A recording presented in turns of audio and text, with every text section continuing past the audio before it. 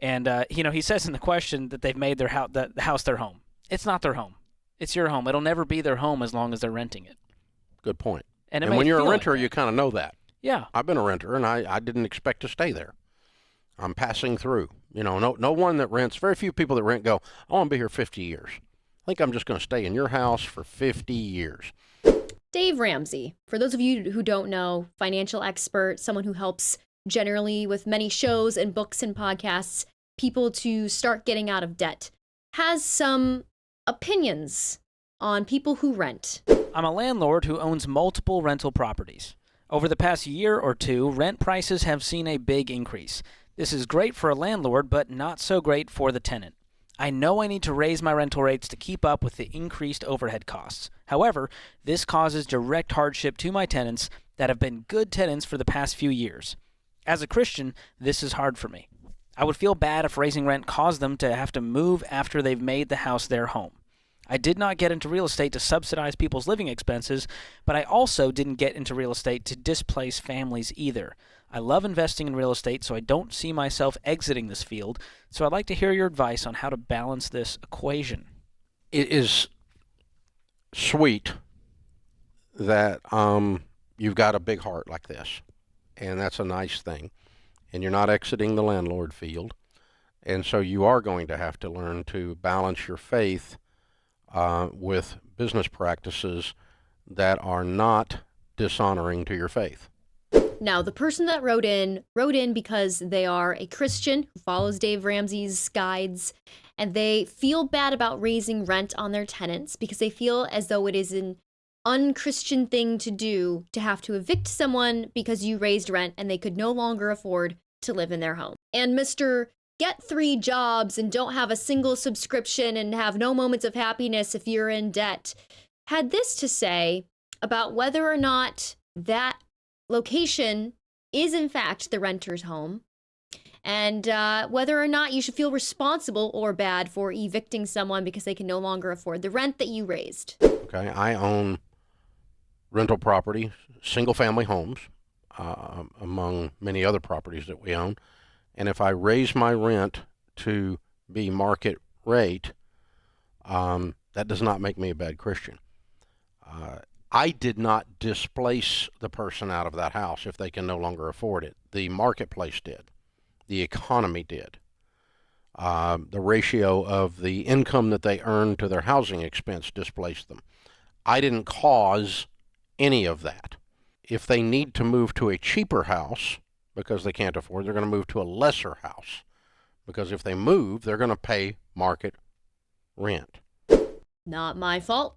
I didn't do that. I did everything I could, including raising the rent, which I didn't do, but I did it. But that's not my fault. They'll just have to move somewhere else. I mean, talk about king of taking no responsibility whatsoever. You know what inflation is?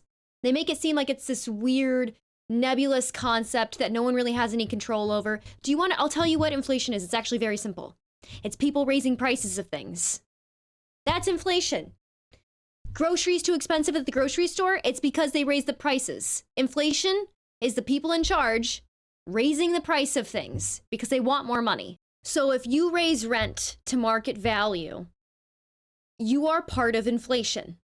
You have to take responsibility for your part in what is going on. You can't be like, oh, my hands are tied.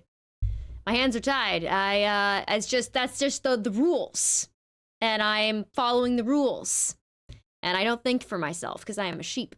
But mercy and grace, because rents went up in general, and I can't afford to live here anymore because my job didn't go up as much as much as the cost of a loaf of bread or a gallon of gasoline went up, because welcome to inflation.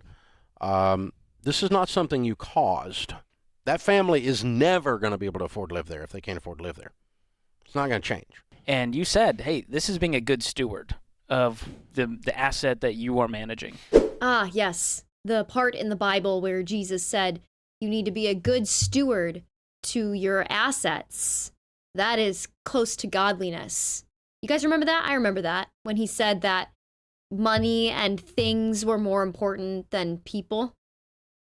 That's definitely a Christian concept straight from the Bible. And, he says in the question that they've made the house their home. It's not their home. It's your home. It'll never be their home as long as they're renting it. Good point. And when you're a renter, like you kind of know that. Yeah. I've been a renter, and I didn't expect to stay there. I'm passing through. No one that rents, very few people that rent go, I want to be here 50 years. I think I'm just going to stay in your house for 50 years. No one does that. This is my forever home. I'm a renter. No one says this. And honestly, things that people don't say. I like taking it situation by situation and going, is this a true hardship, or is it really you got to tighten up the budget? And so at that point, I may give them some resources, maybe some Ramsey resources to say, hey, here's the total money makeover. I want to help you create that margin. I'd love to keep you as a tenant. You've been great. I'm going to raise your rent.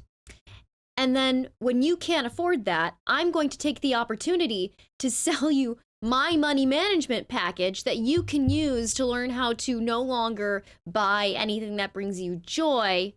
And so you can just pay me all of your money in rent. Also really love the audacity of, this isn't your home. This is my home, and I let you live here. And you don't expect to be here forever, do you? But at the same time, I want renters forever. I expect money coming in from this property forever, but you can't stay here forever. I mean, come on, man. Just because you got to the house first and you bought it before someone else could, and now you rent it out and you make all the rules. I mean, come on.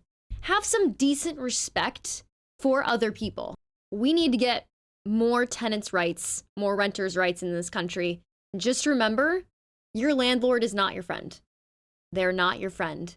They're someone who bought the house before you could, and they let you live there for an exorbitant amount of money.